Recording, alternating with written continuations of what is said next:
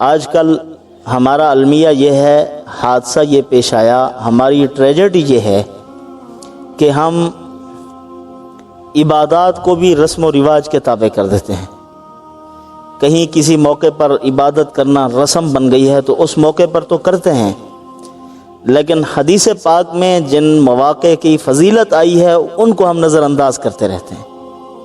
ان میں ہم عبادت نہیں کرتے، اللہ تعالیٰ کی خوشنودی حاصل کرنے کی فکر نہیں کرتے۔ جہاں اور ایام ہیں وہاں احادیث پاک میں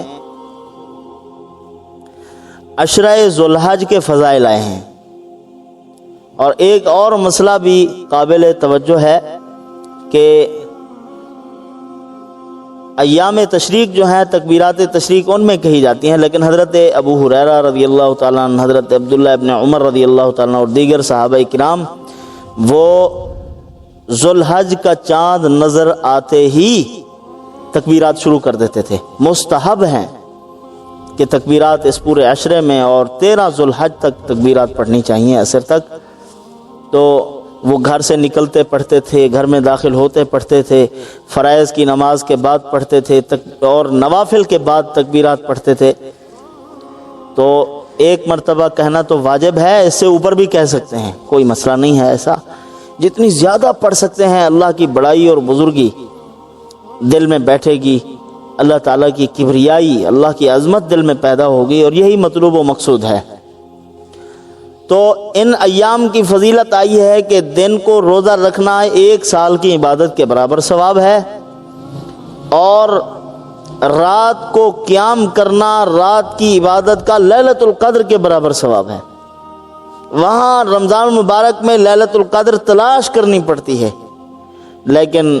یہاں اللہ پاک نے پکی پکائی کھیر مرحمت فرما دی ہے کہ یہ لو تمہیں اتنی اجر اور ثواب عطا فرما رہا ہوں۔ تو پھر ہمیں ان ایام میں اللہ تعالیٰ کی عبادت کرنی چاہیے۔ بہرحال محدثین کرام کے ہاں بہت لمبا چوڑا ایک معرکۃ الآراء مسئلہ ہے، یہ کہ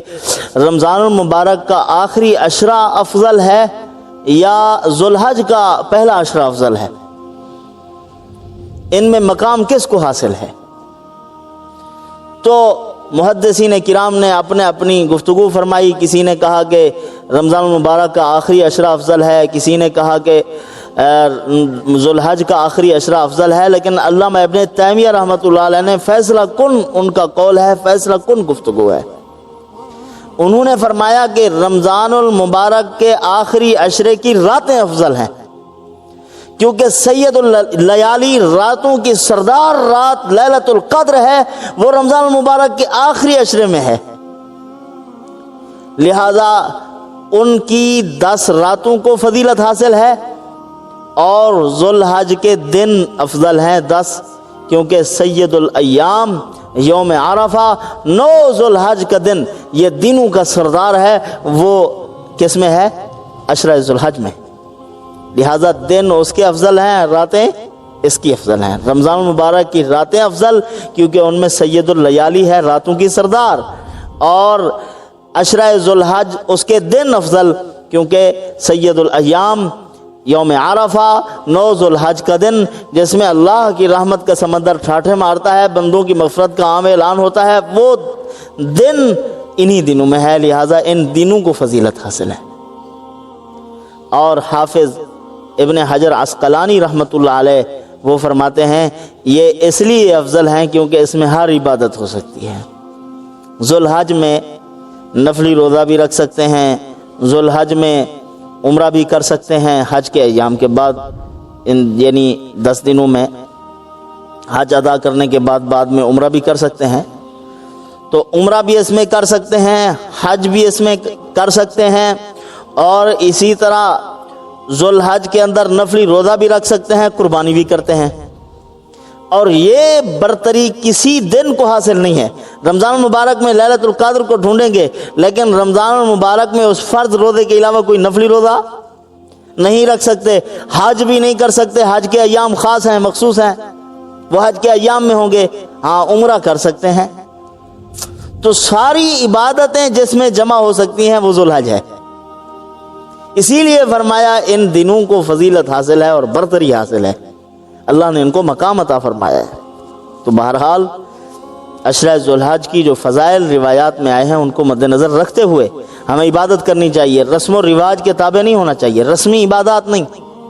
دیکھیں لوگ لیلۃ المعراج خود بنائی ہوئی ہے لوگوں نے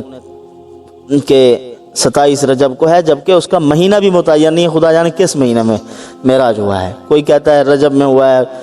کوئی کہتے ہیں شعبان میں ہوا ہے، کوئی کہتے ہیں کہ رمضان المبارک میں، کوئی کچھ کہتے ہیں، کوئی کچھ کہتے ہیں، مختلف روایات ہیں۔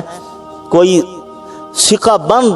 ایسا مسئلہ نہیں ہے کہ متعین کر کے دیا گیا ہو کہ فلاں رات ہوا ہے۔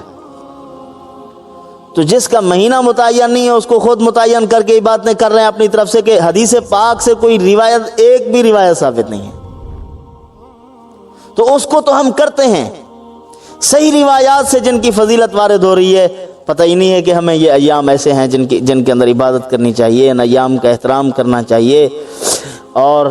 مساجد میں کچھ نمازوں میں اضافہ ہونا چاہیے، نمازی بڑھ جائیں، جس طرح رمضان المبارک میں ایک سیزن ہوتا ہے بڑھتے ہیں پھر سارا سال نظر نہیں آتے، تو ایسے تو ہونا چاہیے نا، ان ایام کا احترام کرنا چاہیے۔ اسی لیے اس نے یہودی نے کہا تھا کہ اگر یہ رات، یہ وہ دن جس دن